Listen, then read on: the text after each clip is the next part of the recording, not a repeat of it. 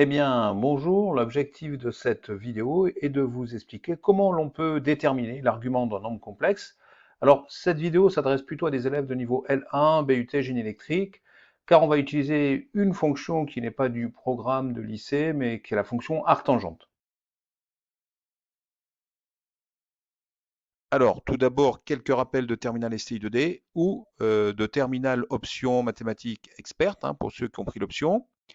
Alors, soit Z égale A plus IB égale ρ de I θ, un nombre complexe non nul. Alors, A plus IB, c'est sa forme algébrique. Ρ de I θ, c'est sa forme exponentielle. On rappelle que ρ est le module de Z et θ l'argument principal. Ρ égale module de Z égale racine carrée de A carré plus B carré et θ égale arc de Z. Comme c'est l'argument principal, il appartient à l'intervalle moins pi crochet ouvert, pi crochet fermé. Donc on a ici un schéma, on voit ici le point M qui a pour affixe Z, la partie réelle de Z, là, du nombre complexe. Ici θ l'argument, le module de ce nombre complexe et B sa partie imaginaire. De plus, on a cos de θ égale A sur ρ, côté adjacent sur hypoténuse, sinus de θ égale B sur ρ, c'est-à-dire côté opposé sur hypoténuse, et tangente de θ égale B sur A, c'est-à-dire la partie imaginaire sur la partie réelle. Alors pour retrouver ces formules, on peut utiliser le moyen mémotechnique de collège Chocato A, sinus opposé sur hypoténuse, cosinus adjacent sur hypoténuse et tangente opposée sur adjacent.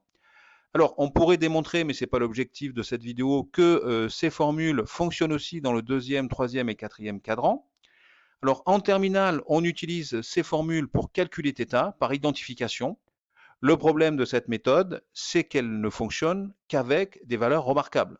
Θ qui vaut pi sur 3, pi sur 6, moins pi sur 3, moins pi sur 4, 5 pi sur 6, voilà, etc., etc.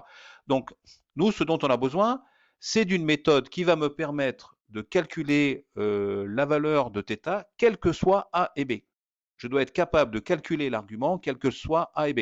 Alors, cette méthode va être très utile, notamment pour les élèves en section BUT génie électrique, car ils vont souvent travailler, notamment en électronique, sur des fonctions de transfert qui vont être des nombres complexes, et il va falloir déterminer l'argument, c'est-à-dire le déphasage entre la tension d'entrée et la tension de sortie, quelle que soit la fréquence. Et donc, ils vont être obligés de calculer cet argument de θ, quelles que soient les valeurs de A et B qui vont varier en fonction de la fréquence. On va donc développer une nouvelle méthode qui va demander un outillage mathématique de niveau L1. Alors, l'argument principal de Z est dans moins pi sur 2, crochet ouvert, pi sur 2, crochet ouvert, si A est strictement positive. Donc, si j'ai une partie réelle qui est strictement positive, je vais avoir un argument qui va être compris entre moins pi sur 2 et pi sur 2. Dans l'intervalle, donc moins pi, crochet ouvert, moins pi sur 2, crochet ouvert, eh bien, je vais avoir ici une partie réelle strictement négative, une partie imaginaire strictement négative. Et ensuite, dans l'intervalle pi sur 2, crochet ouvert, pi, crochet fermé, eh bien, je vais encore avoir une partie réelle strictement négative et une partie imaginaire strictement positive. Donc, au final, si j'ai une partie réelle cette fois qui va être strictement négative, eh bien, je vais avoir un argument qui va être compris entre moins pi, crochet ouvert, moins pi sur 2, crochet ouvert, union pi sur 2, crochet ouvert, pi, crochet fermé. Alors maintenant, on va faire un rappel de la fonction arctangente, qui est une fonction mathématique que l'on présente en L1 ou en but. La fonction arctangente est une bijection réciproque de la fonction tangente définie sur R vers moins pi sur 2 crochet ouvert, pi sur 2 crochet ouvert. On a ici notre fonction arctangente qui est bien définie, on voit bien sur l'ensemble des réels, et qui nous donne une image comprise entre moins pi sur 2 et pi sur 2. Donc j'ai ici θ, j'utilise la fonction tangente et j'obtiens tangente de θ. Je prends la fonction réciproque, arctangente, donc arctangente de θ, et ça va me donner θ, c'est-à-dire arctangente de B sur A. Le problème de cette méthode, si j'utilise uniquement la fonction arctangente, c'est qu'elle va me permettre de calculer des arguments compris entre moins pi sur 2 et pi sur 2. Mais si j'ai un argument qui est plus petit que moins pi sur 2 ou qui est plus grand que pi sur 2, eh bien là, l'arctangente B sur A ne suffira pas. Donc, pour rappel, ici, j'ai une partie réelle qui est strictement positive, que la partie imaginaire soit positive ou négative, dans les deux cas, je vais pouvoir appliquer la formule arctangente de B sur A, puisque je rappelle que cette fonction mathématique va me donner des valeurs comprises entre moins pi sur 2 et pi sur 2. que la partie imaginaire soit positive strictement ou que la partie imaginaire soit strictement négative. Alors maintenant, si j'ai une partie réelle qui est strictement négative avec une partie imaginaire qui est strictement positive, c'est-à-dire que je vais avoir un θ qui appartient à l'intervalle moins pi sur 2 crochet ouvert, pi crochet ouvert. Comment je vais faire? Eh bien, je prends ici la valeur moins a moins b et je peux calculer arctangente de moins b sur moins a, c'est-à-dire arctangente de b sur a, puisqu'ici, cet angle-là va être compris entre moins pi sur 2 et pi sur 2. Alors maintenant, si je pars de la fonction arctangente de b sur a, comment je peux arriver à θ? Eh bien, il suffit de rajouter pi. Donc on voit bien que arctangente de b sur a plus pi va me donner θ. Donc θ égale arctangente de b sur a plus pi. Si j'ai une partie réelle qui est strictement négative avec une partie imaginaire qui est strictement positive, je peux calculer l'argument en faisant arctangente de b sur a plus pi. Si maintenant j'ai une partie réelle qui est strictement négative, une partie imaginaire qui est strictement négative, c'est-à-dire un argument qui est compris dans l'intervalle moins pi crochet ouvert, moins pi sur 2 crochet ouvert. Eh bien, toujours pareil, je peux calculer arctangente de moins b sur moins a, c'est-à-dire arctangente de b sur a.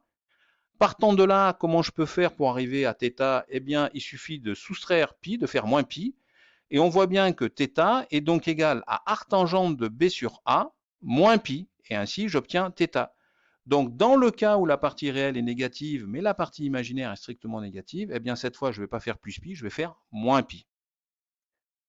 Donc, en conclusion, pour tout nombre complexe z égale a plus ib égale ρ de e de iθ, l'argument principal de z est arctangente de b sur a si a est strictement positif, arctangente de b sur a plus pi si a est strictement négatif et b est strictement positif, arctangente de b sur a moins pi si a est strictement négatif et b est strictement négatif. Voilà. Donc cette méthode va me permettre de calculer l'argument d'un nombre complexe, quelles que soient les valeurs de a et de b. Donc cette stratégie va être très utile, je le répète encore une fois, notamment dans les filières technologiques de génie électrique qui ont besoin de calculer des arguments qui vont varier en fonction de fréquences, avec un a et un b qui va varier en fonction des fréquences. Donc on va voir quelques exemples pour mettre en application les formules que l'on a vues précédemment. Alors tout d'abord, Z1 égale 2 plus 9i. J'ai une partie réelle A qui est égale à 2, qui est positive, une partie imaginaire B qui est égale à 9, qui est positive aussi. Je peux donc appliquer la formule θ égale arctangente de B sur A. Donc argument de Z1 égale arctangente de 9 sur 2, ce qui nous donne une valeur arrondie de 1,35 radians. Ensuite, j'ai Z2 qui est égal, qui est égal à 11 moins 2i, c'est-à-dire une partie réelle qui est positive qui vaut 11, une partie imaginaire B qui est négative et qui vaut moins 2. Je peux donc, comme la partie réelle est positive, je peux donc appliquer la formule θ égale arctangente de B sur A. Donc argument de Z2 est donc égal à arctangente de moins 2 sur 11, ce qui nous donne une valeur arrondie de moins 0,18 radians. Ensuite, j'ai Z3 qui est égal à moins 7 plus 5i, donc j'ai ici A, une partie réelle qui est négative, et B, une partie imaginaire qui est positive, qui vaut 5. A vaut moins 7. J'applique donc la formule θ égale arctangente de B sur A plus pi puisque ma partie imaginaire est positive. Donc argument de Z3 est donc égal à arctangente de 5 divisé par moins 7 plus pi, ce qui nous donne une valeur arrondie de 2,52 radians. Et enfin, j'ai Z4 qui est égal à moins racine de 2 moins 4i. Donc j'ai A qui est la partie réelle qui vaut moins racine de 2 qui est négative. B, la partie imaginaire qui vaut moins 4 qui est négative aussi. Je peux donc appliquer la formule θ égale arctangente de B sur A moins pi. Alors ça va être moins pi parce que en plus du fait que la partie réelle est négative, la partie imaginaire est aussi négative. Donc c'est moins pi. J'ai donc argument de Z4 qui est donc égal à arctangente de moins 4 sur moins racine de 2 moins pi. Après simplification par la valeur négative, j'obtiens arctangente de 4 sur racine de 2 moins pi. Ensuite, je sais que 4, c'est 2 fois racine de 2 au carré. Donc, je vais pouvoir après simplifier par racine de 2. Donc, argument de Z4 qui est égal à arctangente de 2 racine de 2 au carré sur racine de 2 moins pi. Eh bien, après simplification par racine de 2, ça me donne argument de Z4 égale arctangente de 2 racines de 2 moins pi, soit une valeur arrondie de moins 1,91 radians. Donc, argument de Z4 a une valeur arrondie de moins 1,91 radians. Eh bien voilà, c'est la fin de cette vidéo. J'espère qu'elle vous a plu. N'hésitez pas à la liker. Et surtout, je vous dis à bientôt sur la chaîne YouTube Skol Mathématiques.